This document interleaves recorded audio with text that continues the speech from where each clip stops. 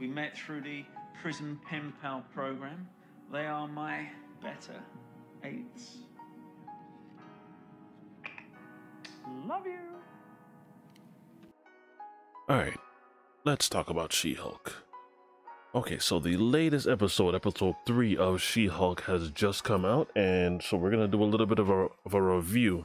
Now, there's really not that much to cover. This episode was pretty straightforward in terms of what it encompassed. There were a couple of cameos, and obviously you get some fourth wall breaking on that.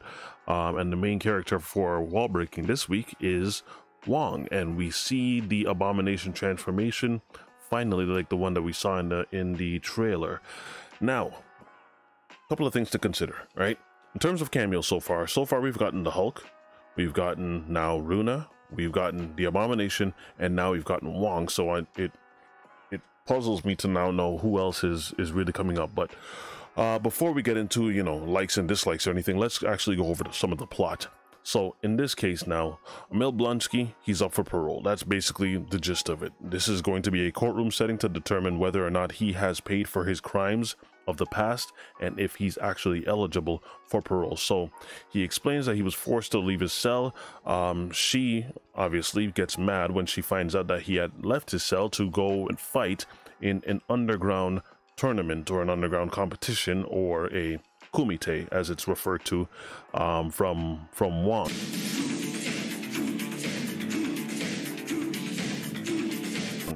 She obviously finds out that Wong was the person that broke him out. But during this time, during that kumite, we did see that. If you didn't see where that was from, that is obviously a scene that we had witnessed from Shang-Chi, a scene that I'm pretty sure shocked quite a few people when we realized that the Abomination was back. So Jen is greeted by another former colleague when she goes into her boss's office, her new boss's office anyway. A colleague of hers who was dating a friend, who was dating a young lady that he thought was Megan Thee Stallion, but it actually turned out to be Runa, who is an Asgardian light elf. Now, Wong admits that he broke out Emil, and he even offered him sanctuary. Emil declined. He transformed into the Abomination. He gets his parole, but he's forbidden from transforming, after which he arrives. Now, while she arrives at night, she gets into a fight with a crew called the Wrecking Crew. These are some low-life thugs. They are referred to as the Wrecking Crew. They attack her, they try to take her DNA, and then they refer to someone as the boss. That is the basic gist of this episode. There really isn't all that much else to cover. There's a little bit more than that, you know, obviously, but you know, there really wasn't all that much more. Now, in terms of things that I could take away from this episode, now, the humor. I did overall enjoy the humor. I'm liking the lighthearted, you know, attorney at law side of this, right? I'm appreciating that. Now, the attorney at law concept, I did say that I appreciated that, mainly because it gives me a kind of a feel of a sitcom of some sort. Wong's appearance, I like that as well. And as for Mr. Wong, just Wong, the Sorcerer Supreme, master of the mystic arts, leader and former librarian of Kamatage. Yeah. Emil's 8 wives, I found that scene funny. I actually did chuckle at that.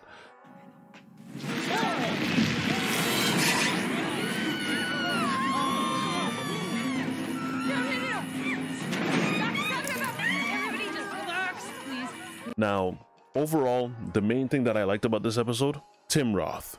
By far, Tim Roth was the saving grace of this entire episode.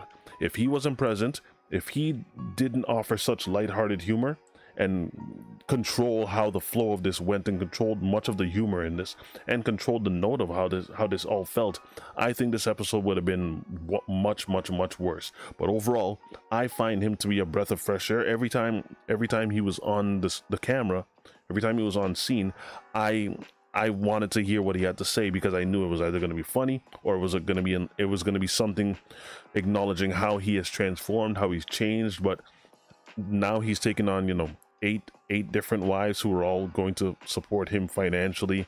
He's creating a little foundation for himself where, you know, if he's paroled, this is where he's going to live. He has full control of the abomination powers.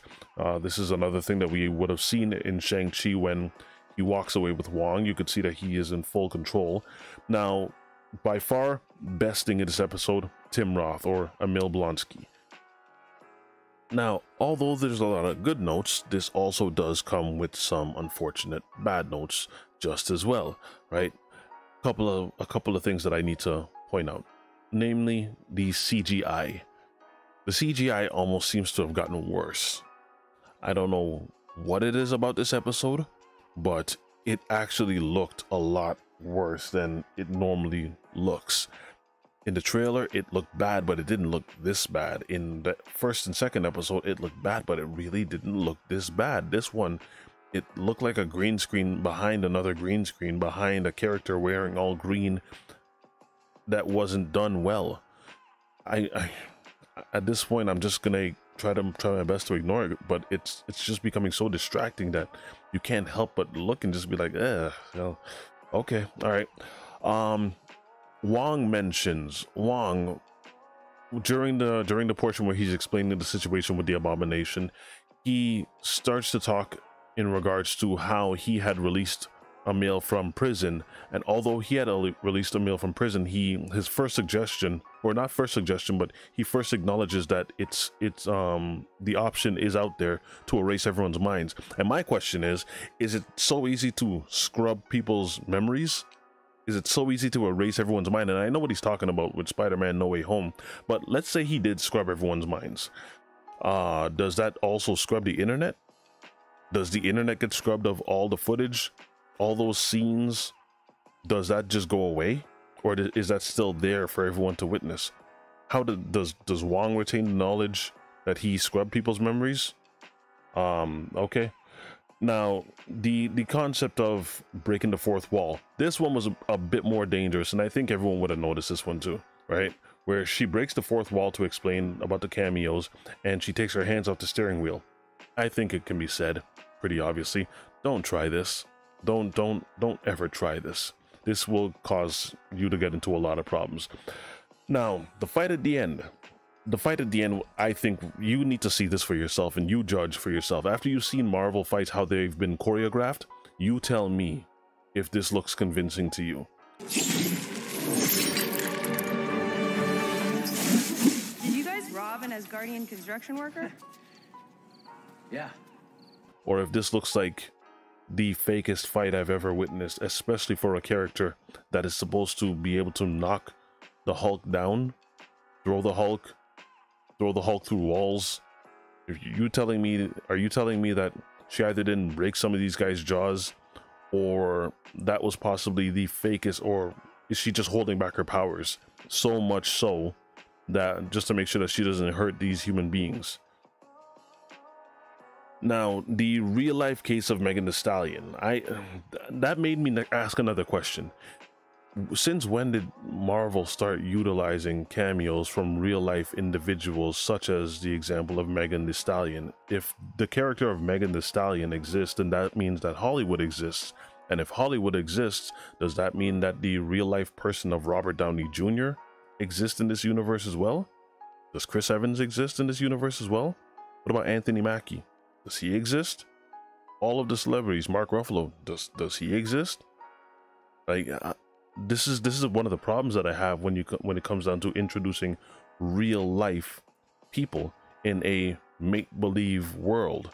It's not supposed to be real life individuals, right? This is why Stan Lee can pop up in every single movie and no one will bat an eye, because we all know that it's pretend. But the moment you start bringing in real life individuals, now we need to really ask that question.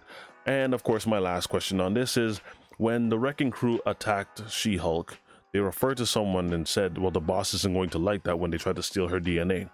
Who is the boss in this case?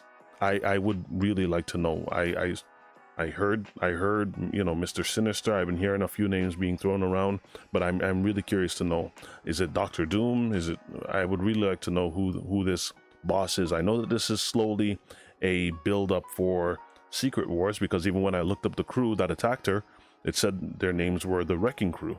And of course they had Asgardian-based weaponry, and that's all fine and dandy. But who is the boss that they are referring to, and why won't they like it, and why do they want her DNA? If anyone has access to that kind of knowledge, I would really love to know. But overall, I loved this episode for one reason, Tim Roth. Other than that, it was mid. It was really just mid-tier, if even, and I think I'm being pretty generous when it comes to saying that. I like the lawyer-based setting. I like the attorney at law concept. I like the superhero attorney at law concept, mainly because I know superheroes and villains will probably have to acquire some type of attorney to defend their case, and I think there's a lot of humor that can come from that. Right? Superheroes get into problems just like anybody else, and they get sued just like anybody else, and they need representation. So that's why I think this concept could work. It's just however they decide to carry along with it. Other than that, that's all I got for now. Let me know what you guys think. If anyone has any information as regards to the questions that I have, especially with who the boss is that they were referring to and why do they want her DNA, I would really like to know. Leave your answers in the chat, and I will see you guys for the next one. Other than that, that's all I got for now. See you later.